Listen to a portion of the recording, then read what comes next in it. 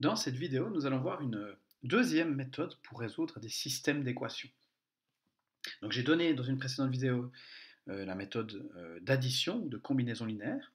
Je vous y renvoie pour voir cette méthode, pour voir aussi ce que c'est un système d'équations, hein, même si c'est ce que vous avez sous les yeux, c'est ce qui, voilà, ça s'apparente à deux équations, par exemple, ici, à deux inconnues.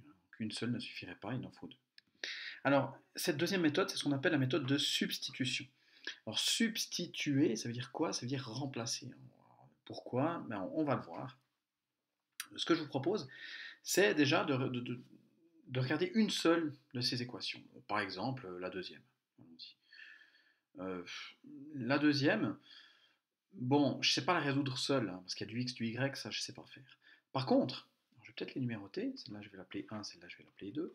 Si je prends l'équation 2, donc 3x moins 2y égale 14. Ce que je vais essayer de faire, c'est de me dire, ok, faisons comme si je connaissais par exemple x. Je fais comme si je connais. Est-ce que je ne pourrais pas calculer y? Donc, traduction, est-ce que je ne pourrais pas donner une formule qui me permet de trouver y? Donc, je vais essayer de transformer cette équation de sorte à avoir y égale. Donc, je fais comme si j'avais qu'une inconnue, y, puis comme si ça, je connaissais, quoi. Alors, allons-y, essayons. Donc, ce que j'ai en trop, moi j'aimerais du y égale ici, c'est le 3x, il m'embête. Donc je fais moins 3x. Ça va me donner moins 2y égale moins 3x moins 14. Bon. Maintenant, j'ai isolé y, donc j'ai plus qu'à diviser. Peut-être avant ça, si vous n'aimez pas les signes négatifs, mais vous pouvez les enlever tous. Hein. Je vous rappelle qu'on peut changer tous les signes quand on est à l'étape juste avant la conclusion d'une équation. Et puis maintenant, donc, je divise par 2. Et je trouve que y, en fait, il est égal à 1,5x plus 7. Donc, je n'ai pas encore la valeur de y. Mais ce que je sais, c'est que si j'arrivais à trouver x, je pourrais trouver y par cette formule. Bon, on va me dire, ça sert à rien, je ne connais pas x. Oui. Mais maintenant, ce que je peux faire, si je prends l'équation que je n'ai pas utilisée, la 1, j'ai du y ici. Mais ce y, je vais pouvoir le remplacer par ce qui est là. Ça va avoir quoi comme effet? Ça va avoir comme effet que j'aurai plus que du x. Donc j'aurai une équation à une inconnue. Et ça, je t'ai résolu. Alors, comment on fait ça? Alors, celle-là, j'ai donné un petit nom, cette équation, j'appelle l'équation 3. Puis maintenant, ce que je vais faire, c'est que je vais mettre, donc, substituons, le terme exact, c'est substituons, l'équation 3 dans l'équation 1, celle que je n'ai pas encore utilisée. Donc, je remplace y par ce que j'ai mis ici, 1,5x plus 7. Qu'est-ce que ça donne? Alors, j'écris. Ça fait 5x, bon, plus 4 fois tout ça, donc, entre parenthèses 1,5x plus 7, égale 6. Et effectivement, j'ai une seule équation à une inconnue. Donc ça, je sais résoudre, c'est magnifique. Alors, allons-y. Je vais peut-être un peu manquer de place ici. Je vais peut-être prendre tout ça et le mettre ailleurs. Alors, toi, tu restes ici, s'il te plaît. Alors, désolé, je fais un petit peu de ménage. Voilà, on y est. Alors, je résous cette équation. Ah bon, cette équation, elle est un petit peu... il y a un petit peu de travail, hein, ça je dis pas. Il y a déjà une parenthèse, ça j'aime pas trop, donc je vais déjà distribuer. Donc si je distribue, alors j'ai le 5x, 4 fois 1,5, ça donne 6x, et puis 4 fois 7, ça donne 28. J'espère que j'ai pas fait d'erreur. Euh, bon, je peux regrouper le 5x puis le 6x, donc je réduis, hein, le terme exact c'est réduire. Donc ça fait 11x plus 28 égale 6. Super, maintenant je peux soustraire 28 pour isoler x. Hein. Donc 11x égale, alors 6 moins 28, ça fait moins 22. Et puis maintenant, je peux diviser par 11 et je trouve que x, il vaut moins 2. Puis voilà, miracle, j'ai réussi, j'ai trouvé x. Bon, maintenant il faut trouver y. Alors comment je fais ça? Eh bien, j'avais une formule pour y, elle est donnée ici. Donc maintenant, je vais remplacer le x que j'ai trouvé dans cette formule, puis ça va me permettre de trouver y. Donc je substitue, alors celui-là je lui donne un petit nom, je l'appelle 4, puis je substitue 4 dans, je l'avais appelé 3. Alors qu'est-ce que ça donne?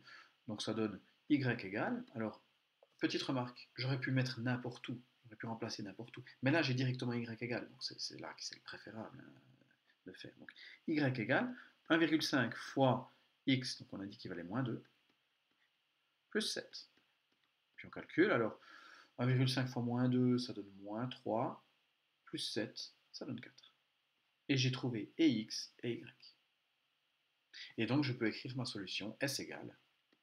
Donc je vous rappelle qu'on met des accolades, puisque c'est un ensemble de solutions, puis qu'on met, comme on veut x et y, c'est une paire, hein, c'est comme des coordonnées. Je mets d'abord x, moins 2, puis ensuite y, 4. Et j'ai donc résolu mon système. Je fais la vérification quand même, hein, pas l'oublier celle-ci. Donc la vérification, je dois vérifier que ça vaut bien 6, puis que ça vaut bien moins 14. J'y vais. 5 fois moins 2 plus 4 fois 4. Alors 5 fois moins 2, ça fait moins 10. Plus 4 fois 4, 16, ça fait 6. Ce qui correspond à ce que j'ai là. Là, je suis content. Et puis la deuxième, donc 3 fois moins 2. Moins 2 fois 4. Alors 3 fois moins 2, ça fait moins 6. Moins 8, ça fait bien moins 14. Donc, ma résolution est correcte. Donc voilà un premier exemple de résolution d'un système d'équations par la méthode de substitution. Donc encore une fois, l'idée c'est de prendre une équation puis de réussir à trouver y ou x. Alors quand je dis trouver, c'est ce qu'on a ici, c'est une formule. Hein. Trouver, en termes mathématiques, on exprime y en fonction de x. Puis quand on a ça, on remplace dans l'équation qu'on n'a pas utilisée. Et donc ça nous donne une seule équation à une inconnue. On résout, et puis une fois qu'on a trouvé x, ben, on injecte x là-dedans, puis on trouve y. Attention à une chose, j'ai bien dit que ça fallait substituer dans l'équation que je n'avais pas utilisée. Qu'est-ce qui se serait passé si j'avais substitué ça dans l'équation 2 que j'avais utilisée? Eh bien, j'obtiendrai à la fin quelque chose du type 0 égale 0. C'est le serpent qui se mord la queue. J'arrive à un truc bête, parce que j'ai remplacé le y que j'avais déterminé de cette équation dans cette même équation. Donc, voilà, je tourne en rond, et puis j'obtiens quelque chose qui n'a pas de sens, enfin qui n'a pas de sens, qui est trivial, comme on dit. Voilà, donc attention juste à bien mettre dans la bonne équation. Voilà, donc par rapport à la méthode d'addition, juste une petite remarque, cette méthode est un petit peu plus puissante, dans le sens où elle permet de résoudre plus d'équations que la méthode d'addition. Les méthodes d'addition, elles sont pratiques, elles peuvent permettre de résoudre des énormes systèmes, donc quand je dis des énormes systèmes, c'est 10 équations à 10 inconnues, ou même plus. On peut l'utiliser notamment en informatique. Elles ont l'inconvénient quand même de ne pas pouvoir résoudre des équations du type, si je vous donne par exemple x carré plus y égale 9, et puis x plus 3y égale 4. Bon, voilà, cette équation, à cause du cas, enfin, ce système, la méthode d'addition ne permet pas de résoudre ce système à cause du carré. Ou alors, il faut un petit peu feinter, mais tel quel, on n'y arrive pas. Donc voilà, dans tous les cas, on a deux méthodes, et puis on va un petit peu travailler cette deuxième méthode aussi. Hein. Alors, travaillons-la. Autre avantage, je voulais dire quand même, de cette méthode, c'est que je n'ai pas besoin d'ordrer mes équations. Hein. Vous vous souvenez, pour la méthode d'addition, il fallait dans un premier temps mettre de l'ordre, mettre les x l'un en dessous de l'autre, les y l'un en dessous de l'autre, le signe égal et puis les valeurs. Ici, non, on n'a pas besoin. Dans ce deuxième système, moi, donc, première étape, trouver y égale ou trouver x égale. Je remarque, par exemple ici, que j'ai presque y égale. Il y a juste ce plus 89 ici. Donc, je me dis, ah bah, ce serait une bonne idée de prendre cette équation, puis d'en faire quelque chose. Alors, allons-y. Donc, je l'appelle 1. Donc, je réécris mon équation 1. Et puis, donc, je vais essayer d'exprimer y en fonction de x. Donc, ça, c'est assez facile. Il suffit de faire, je vais juste faire un petit peu de place à nouveau. Hop, comme ça. Il suffit de faire moins 89. Donc, si je fais moins 89, ça me donne y égale 9x moins 89. C'est facile.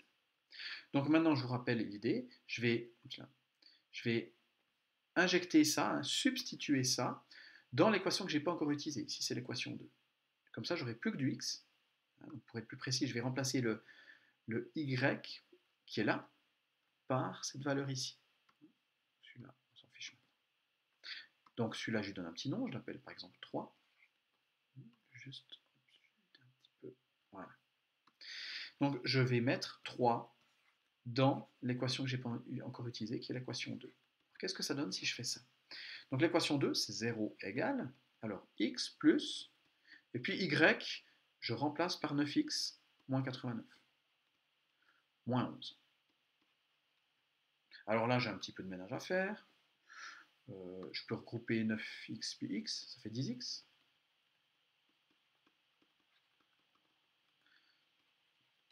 Et puis, moins 89, moins 11, ça fait moins 100. Et puis là, j'ai presque fini. J'ai envie d'enlever ce moins 100. Je fais plus 100. Et ça donne 10x. Un petit peu bien. 10x égale 100. Maintenant, je divise par 10. Et je trouve que x vaut 10. Voilà, donc là, je suis très content. J'ai réussi à trouver, alors pas encore x et y, mais déjà x.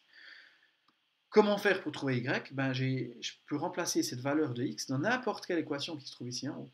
Maintenant, la plus utile, la plus pratique, disons, c'est celle-ci, parce que j'aurai directement y égale. Donc je vais remplacer là-dedans. Celui-là, je lui donne un petit nom, 4. Et je vais donc remplacer 4 dans l'équation 3. Donc, si je fais ça, j'obtiens y égale 9 fois ce que j'ai trouvé, donc 9 fois 10, moins 89. Alors ça fait 90 moins 89, ça fait 1. Et puis comme ça, j'ai réussi à trouver la valeur de x et y, j'ai terminé. S égale, accolade, mon couple de nombres, donc x vaut, on a dit 10, y vaut 1, et puis j'ai plus qu'à vérifier maintenant si j'ai pas fait d'erreur. Donc la vérification. Alors, première équation, 9 fois 10, ça fait 90, et ça, je veux voir si c'est égal à, donc y, donc 1 plus 89, c'est bien le cas. Donc la première équation est satisfaite. Maintenant la deuxième, donc je dois voir si ça, c'est bien égal à 0. Donc je fais x, donc 10, plus y, 11, moins 11, ça fait bien 0, je suis content. Ma résolution est correcte. Je me permets une remarque à ce stade, important, la rédaction de la résolution de ces systèmes d'équations. Si vous allez voir dans l'aide-mémoire, ce n'est pas du tout présenté de la même manière. Dans l'aide-mémoire, en fait, ce qu'ils font, c'est que, vous voyez, moi je prends la première équation puis je la modifie, sans toucher la deuxième. Puis après, c'est la deuxième que je prends puis que je modifie.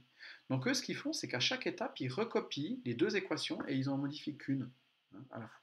Et puis comme ça, ils ont, plutôt que d'avoir ici des séries d'équations comme ça, ils ont des séries de systèmes d'équations. Donc chaque fois, par exemple, un système, puis après un système, puis après un système, puis etc. Donc ça prend un peu plus de place. Ça a l'avantage par contre de se lire, voilà, d'être assez linéaire à lire. C'est direct, on va toujours dans le même sens. Alors, peu importe la méthode que vous préférez, si vous préférez cette méthode, il est vraiment important, vous voyez qu'il n'y a pas besoin d'un roman, mais juste dire clairement ce qu'on fait. Donc c'est ces petites choses, ces petites choses ici que je mets en jaune maintenant, qui me permettent de savoir ce que je fais. Ça pas par contre, hop, et ça pas. Voilà. Donc vous pouvez mettre des phrases si vous préférez, mais on doit pouvoir comprendre ce que vous êtes en train de faire. Il est très facile, si c'est mal rédigé, de ne pas du tout comprendre ce qu'on est en train de faire. Voilà. J'ai un dernier exemple à vous donner avec cette méthode. Donc voici ici un système que j'aimerais résoudre par substitution. Bon, qu'est-ce que je peux faire? Alors, peut-être d'abord je me dis, ah super, ici il y a du x, je peux trouver x égale. Alors attention, il y a aussi du x ici. Donc il faut d'abord regrouper tous les x. Donc c'est peut-être pas une si bonne idée que ça. Je pourrais me dire, ah bah ici j'ai 3x. Je divise par 3 et puis j'ai un x comme ça. Alors de nouveau, je peux le faire, bien sûr. Mais j'aurai des tiers de y là, donc si je calcule, ça donne des valeurs périodiques, c'est pas très agréable. Donc je préfère trouver y. Alors ici j'ai presque y. J'ai presque y, donc je vais prendre cette équation, puis je vais en tirer y. Donc je prends l'équation 1, que je réécris, 2x plus y égale x plus 2. Et puis la seule chose qui m'empêche d'avoir y égale, c'est le 2x qui est là. Donc je soustrais 2x. Des deux côtés toujours, donc ça me fait y égale. Alors x moins 2x, ça fait moins x plus 2. Et puis voilà, je suis content, j'ai trouvé y. Donc cette équation-là, que j'appelle 2, je vais la substituer, non je ne vais pas l'appeler 2 finalement, c'est celle-là la deuxième. Je vais la substituer donc dans cette équation-là. Alors j'y vais, donc comme toujours, si je mets un petit peu de couleur, je vais remplacer le y qui est là, non, pardon, oui, le y qui est là, par ça ici. Comme ça, j'aurai que du x. Alors, allons-y. Donc, si je mets, j'ai dit 3 dans 2, alors ça fait 3x égale 9 moins 2 fois y, donc 2 fois ça. 2 fois, en parenthèse, x plus 2, moins x plus 2. Voilà, et puis je vais résoudre ça. Alors, bon, il y a des parenthèses qui m'embêtent là.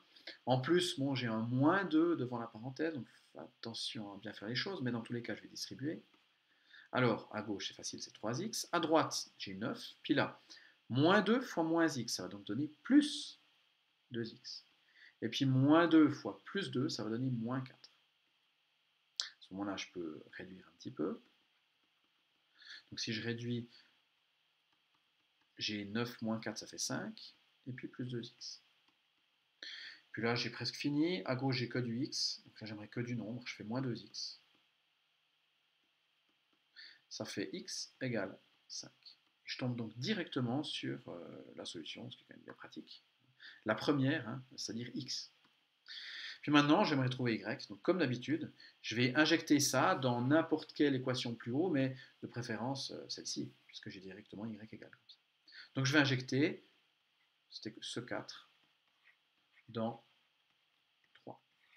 Et ça va me donner y égale, alors moins 5 plus 2, c'est-à-dire moins 3. Et j'ai donc ma solution qui est donc x vaut 5 et y vaut moins 3. Je vérifie à nouveau pour être sûr. Donc je dois voir que tout ça c'est égal à tout ça et que tout ça c'est égal à tout ça. Alors j'y vais. 2 fois x plus y. Alors qu'est-ce que ça fait? Ça fait 10 moins 3, ça fait 7. Ensuite, ici, x, c'est-à-dire 5, plus 2, ça fait 7. Les deux valeurs sont bien égales. Ça joue. Maintenant, deuxième équation, 3 fois x, 3 fois 5, ça fait 15. Et puis, 9 moins 2 fois y, donc y c'était moins 3. Alors, moins, moins, ça fait plus, donc 9 plus 6, ça fait 15. Ma deuxième équation est aussi satisfaite, et donc mon système est correct. La résolution du système est correcte.